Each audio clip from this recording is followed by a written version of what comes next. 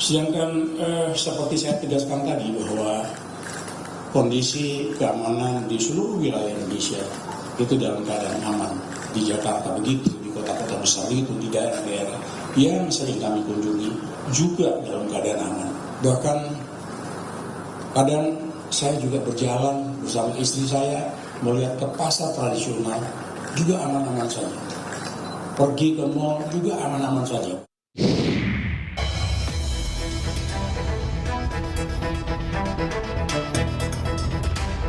Masih di Satu Meja The Forum, Prof. Kiki, siang tadi jajaran Menko Polkam lengkap dengan Kapolri, dengan Panglima, menyampaikan dan merespon isu yang hari ini sedang kita bahas di meja ini. Kalau Anda melihat justru dengan respon dari Menko Polkam dengan jajarannya itu bisa, tentu tujuannya adalah untuk menenangkan, merespon ya.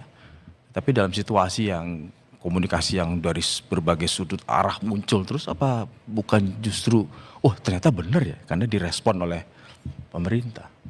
Sebagai orang yang berpengalaman melihat, karena aksi ini kan pasti dalam perencanaan, gak mungkin ujuk-ujuk. Nah, jangan-jangan ini sudah ketangkap di potensi ancaman keamanannya.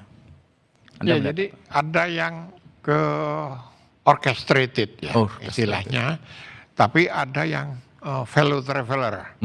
Nah, dalam suatu peristiwa kerusuhan itu yang paling rentan itu fellow traveler ini. Dia digebuki, ketembak segala macam, tapi jangan salah. Aparat juga terancam dalam situasi chaotic gitu. Kenapa? Situasi chaos, rusuh. Aparat, saya lihat berapa banyak rekaman video polisi digebuki oleh demonstran. Nah, itu semacam sebetulnya laporan-laporan intelijen itu kan, kalau tahap peristiwa itu yang pertama itu sebelum peristiwanya. Sebelum peristiwanya itu diantisipasi dalam 2 tahap. Satu, penangkalan, itu preemption, penangkalan. Setelah itu masuk tahap prevention, tahap pencegahan. Nah, tahap ini sudah terjadi pertarungan tarik ulur antara tahap preemption ini, tahap penangkalan ini. Menko Polhukam sudah menangkap dan menangkal, kemudian berusaha menangkal dengan statement dengan publik itu. Artinya bukan sekedar rumor dong bahwa potensi akan rusuh itu sudah ada. Kalau potensi bukan rumor, pasti memang selalu ada. Gitu. Masalahnya dilakukan mitigasi supaya tidak pecah. Nah, dan jumpa pers siang tadi itu dibentuk bahwa negara hadir untuk mengantisipasi itu. Dan fungsi-fungsi intelijen negara menangkap akan ada itu. Tapi belum tentu itu tidak otomatis lalu bisa diatasi. Tergantung banyak faktor. Contoh nih, lingkungan sekitarnya yang seperti saya bilang udah rusuh, tidak membuat tidak nyaman orang itu. Kan nggak bisa Menko statementnya. Istilah Prof itu kan rantai kering nih, tinggal ada yang nyiram gitu situasi sekarang. Iya, ada yang nyiram. Yang nyiram itu yang dideteksi oleh Menko kan yang formal legalistik seperti itu. Organisasi ini, organisasi itu, organisasi ini. Tapi yang lone wolf itu belum tentu terdeteksi. Belum tentu terdeteksi. Saya ke Mbak Nining. Mbak Nining, kalau Mbak Nining melihat ya, katanya lihat pergerakan, saya yakin lah siapapun komponen bangsa ini pasti punya kepentingan dengan menjaga keamanan, ketertiban. Kalau Anda melihat, bacaan Anda melihat ini, bahkan kami mendengar tadinya Anda ini konfirmasi, mau melakukan aksi besar, akhirnya menunda karena mendapatkan informasi akan ada potensi yang tadi disampaikan Prof. Kiki.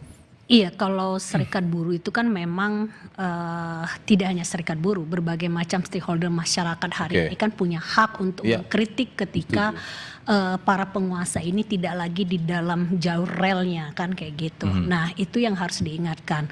Nah, yang kemudian adalah kalau tadi ada kemudian bahwa saat ini serikat buruh koalisi besar sedang memperjuangkan ada satu regulasi undang-undang ketenaga kerjaan, kan itu memang kewajiban sebagai hak sebagai serikat buruh dan kemudian sebagai masyarakat untuk mengingatkan para wakil rakyat dan pemerintah agar membuat satu regulasi yang memberikan tidak terjadi ketimpangan yang semakin menganga kayak gitu. Anda akan melihat bahwa sepanjang belum ada keadilan, sepanjang belum ada hak-hak yang buruh yang diperlukan akan terus bergerak dalam koridor. Oh iya, karena kita memang menjadi bagian dari negara ini kan harus memang memberikan kritikan terhadap para siapapun pelaksana negara ini gitu. Dan negara melalui kekuasaan tidak boleh juga alergi ketika kritikan-kritikan ini disampaikan kayak gitu ya. Saya ingin menyampaikan gini.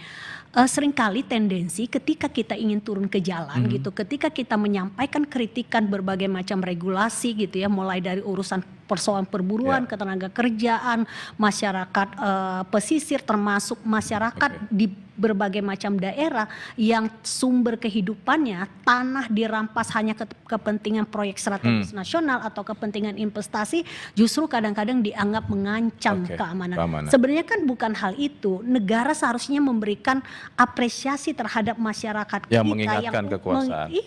Kepada orang-orang yang turun ke jalan gitu ya. Tapi juga jangan selalu ditendensi ketika kritik datang dianggap makar, yang tidak patuh terhadap hukum. Yang tidak patuh terhadap hukum itu adalah pelaksanaan negara yang sekali mengabaikan konstitusi negara terhadap hukum kita gitu. Saya ke Mas Budi. Mas Budi, dalam pernyataan Anda akhir Juli kan mengatakan bahwa kondisi Jakarta khususnya aman karena ada sinergi Polda dengan Kodam gitu. Tetapi Anda juga menyebutkan bahwa ada Polda Metro Jaya sudah menyiapkan tim preventif dan menyekat di berbagai untuk tujuan. Sebenarnya model preventif dan penyekatan seperti apa sih yang sebenarnya disiapkan oleh Polda Metro, dan pasti ada dasarnya ya kenapa harus melakukan itu. Ini bagian bahwa itu menjalankan tugas kepolisian, iya, tetapi pasti ada situasional yang harus bisa dijelaskan.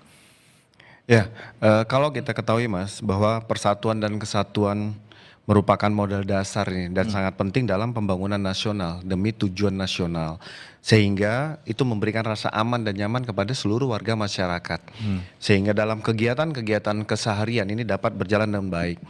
Bapak Kapolda Metro Jaya itu melaksanakan kegiatan Jaga Jakarta on the spot, itu kegiatan cooling system, mendengar langsung keluh kesah masyarakat, persoalan-persoalan. Nah dari sini itu sudah melakukan deteksi dini permasalahan itu sehingga tidak sampai dengan ancaman gangguan, potensi gangguan. Nah termasuk dengan sinergitas, rasa aman di wilayah Jakarta tidak hanya menjadi tanggung jawab satu institusi. Ini kerjasama kolaborasi yang dipimpin oleh Bapak Kapolda Metro Jaya dengan melakukan membangun sinergitas bersama Pangdam Jaya, bersama Panglima Kopassus, bersama Panglima Korps Marinir dan Gubernur DKI untuk bersama-sama memberikan rasa aman dan nyaman kepada seluruh warga masyarakat ibu kota. Soal perkatan daerah masuk Jakarta itu kan sempat berpikir, wah ini karena kan waktu 98 juga begitu kan, temuannya adalah ada banyak massa dari luar, sehingga kita berpikir, wah sepertinya kepolisian belajar nih, semua masuk Jakarta disekat-sekat, itu kan juga jadi pertanyaan yang harus dijelaskan. Pola yang dilakukan sebenarnya itu sudah melakukan mitigasi dari awal Mas. Wilayah DKI ini berbatasan dengan wilayah Banten dan Jawa Barat, sehingga penyekatan terkait tentang peningkatan patroli skala besar, sedang maupun kecil di wilayah perbatasan Tangerang dengan Banten, termasuk wilayah Depok dan Bekasi dengan wilayah Jawa Barat. Sebenarnya itu juga hal-hal rutin yang dilakukan oleh rutin. Bukan karena ada, bukan hanya karena ada desas-desus ini. Ini merupakan hal-hal rutin dan dapat kita lihat, kita tanyakan kepada warga masyarakat sekitar. Jadi selain itu, kita juga melakukan pencegahan, mitigasi terkait tentang kejahatan-kejahatan jalanan. Karena kejahatan-kejahatan jalanan ini memberikan ruang juga mengganggu Kamtibmas. Dan itu sudah ada temuan-temuan yang sudah, dan itu sudah dilakukan, bahkan patroli presisi Direktorat Sabara dengan patroli yang dilakukan oleh Brimob ini memitigasi aksi-aksi tawuran, aksi-aksi kejahatan jalanan itu dilakukan hampir setiap hari, Mas. Sehingga ada dampak pada saat diamankan orang yang dan itu sudah boleh dibaca bahwa ini kalau dibiarkan akan ada kaitannya dengan rusuh gitu. Kejahatan jalanan ini tujuannya adalah untuk mengganggu Kamtibmas kriminalitas, tetapi ada ekses lain yang kita lihat. Kalau kita melihat bagaimana suatu konten ataupun narasi di dunia digital, kita ketahui bersama, dunia digital itu adalah milik publik, bukan ruang private, sehingga dapat mengganggu psikologi seseorang. Nah, kalau begitu kan pertanyaan awamnya, siapa sih yang nyebarin desas-desus ini gitu? Harusnya dengan kekuatan cyber dari kepolisian bisa mendeteksi kan, yang memang kalau memang ini termasuk gangguan keamanan masuk di ruang cyber kan, karena dia memunculkan. Sudah sampai di situ atau belum? Ya, deteksinya. Mas Budi ditahan dulu jawabannya. Kita akan kembali setelah jeda berikut ini. Tetaplah di Satu Meja The Forum.